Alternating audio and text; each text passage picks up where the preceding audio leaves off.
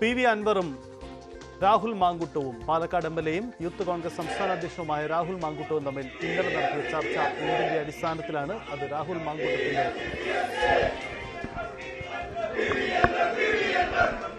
PV അൻവറിന്റെ വീടിന് മുന്നിൽ നടത്തുന്ന പ്രകടനമാണ്. പ്രവർത്തകർ സംഘടിച്ചെത്തി മുദ്രാവാക്യം വിളിക്കുന്ന ദൃശ്യങ്ങളാണ്.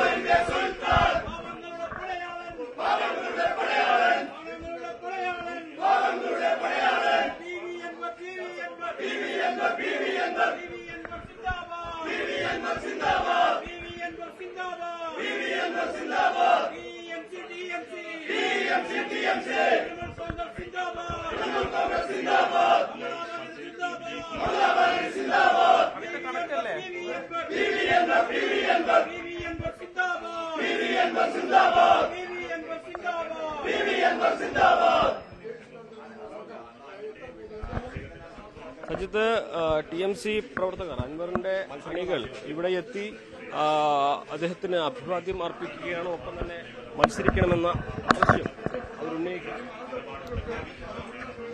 ഇതിനോടുള്ള പ്രതികരണം സ്വാഭാവികമായിട്ടും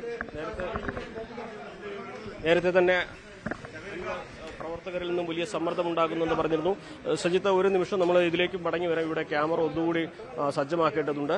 യെസ്, അനുമോദ് സജ്ജമായിക്കോളൂ. അവിടെ അൻവറിന്റെ വാർത്താ സമ്മേളനം ആരംഭിക്കാൻ പോവുകയാണ്. PV അൻവറിന് വ്യക്തമാക്കേണ്ടി വരുന്നത് ഇപ്പോഴത്തെ ഈ രാഷ്ട്രീയ നാടകത്തിന് പിന്നിൽ സംഭവിച്ച എന്താണ്? രാഹുൽ മാങ്കൂട്ടത്തിൽ നടത്തിയ കൂടിക്കാഴ്ചയിൽ എന്തൊക്കെയാണ് ചർച്ചയായത്? അതിൽ VD സതീശൻ്റെ ദൂതുണ്ടായിരുന്നു, VD സതീശൻ്റെ നിർദ്ദേശമുണ്ടായിരുന്നു. സതീശൻ അത് നിഷേധിക്കുമെങ്കിൽ കൂടി ഇക്കാര്യത്തിൽ അൻവർ നടത്താൻ പോകുന്ന നീക്കം പ്രസക്തമാണ്. ഒരു കാര്യം വ്യക്തമാണ്, നാടകീയ നീക്കങ്ങൾ ഒട്ടും അവസാനിക്കുന്നില്ല. നിലമ്പൂർ രാഷ്ട്രീയത്തിൽ അത് തുടരുകയാണ്. ഇന്ന് സ്ഥാനാർത്ഥി പ്രഖ്യാപനം നടത്തുന്ന PV അൻവർ ഇനി ഈ പ്രഖ്യാപനം നോമിനേഷൻ നൽകി പിൻവലിക്കാനുള്ള മറ്റൊരു സമ്മർദ്ദ തന്ത്രത്തിലേക്ക് പോകാനുള്ള സാധ്യതയും രാഷ്ട്രീയ നിരീക്ഷകർ പൊതുവിൽ പങ്കുവയ്ക്കുന്നുണ്ട്. അൻവറിൻ്റെ രാഷ്ട്രീയ നീക്കങ്ങൾ നൽകുന്ന സൂചനകളും അങ്ങനെയാണ്. UDF-ൽ അല്ലെങ്കിൽ ഇനി PV അൻവറിൻ്റെ സ്പേസ് എവിടെയെന്ന ചോദ്യമുണ്ട്. അൻവറും UDF-ഉം തമ്മിലുള്ള ഏറ്റുമുട്ടൽ നാടകീയമായി അവസാനിപ്പിക്കാനുള്ള നീക്കം ഒരു പക്ഷേ അവസാന ഘട്ടത്തിൽ ഉണ്ടായേക്കാം.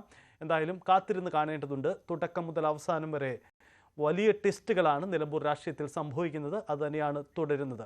CV അനുമോദുണ്ട്. അനുമോദ്, അൻവർ ആരംഭിക്കുകയാണോ പ്രസ് മീറ്റ്? ഇക്കാര്യത്തിൽ അൻവർ ഇന്ന് വ്യക്തത വരുത്തേണ്ടി വരുന്നത് എന്തൊക്കെ കാര്യങ്ങളിലാണ്?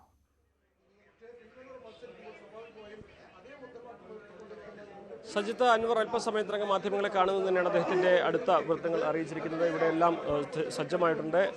ഫോൺ കോളുകൾ പലതും ഫോണിലൂടെയുള്ള ചർച്ചകൾ നടക്കുന്നതിനാലാണ് വൈകുന്നത് എന്ന ഒരു വിശദീകരണമാണ് അദ്ദേഹത്തിന്റെ ഓഫീസിൽ അല്ലെങ്കിൽ അദ്ദേഹത്തിന്റെ അടുത്ത ആളുകളിൽ നിന്ന് ലഭ്യമായിട്ടുള്ളത്.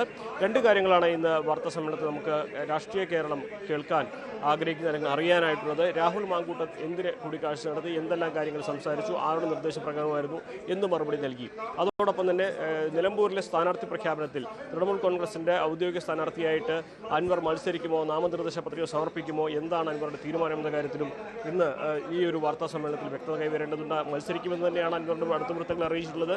പക്ഷേ അത് അൻവർ പറയേണ്ടതുണ്ട്. കാരണം നമുക്കറിയാം, ഓരോ ദിവസവും അദ്ദേഹത്തിന്റെ വാർത്താ സമ്മേളനങ്ങൾ ഓരോ നിലപാടുകളിലായിരുന്നു ഉണ്ടായിട്ടുള്ളത്. സ്വാഭാവികമായിട്ടും ഇന്നത്തെ രാഷ്ട്രീയ സാഹചര്യത്തിൽ അൻവർ ഇന്ന് എന്ത് നിലപാടെടുക്കുമെന്നുള്ളത് ഒരു നിലമ്പൂരിലെ തെരഞ്ഞെടുപ്പിനെ മുഴുവൻ മാത്രമല്ല കേരളത്തിലെ തന്നെ രാഷ്ട്രീയ നീക്കങ്ങളെയും രാഷ്ട്രീയ ഗതിയെയും സ്വാധീനിക്കുന്ന ഒന്നാകും.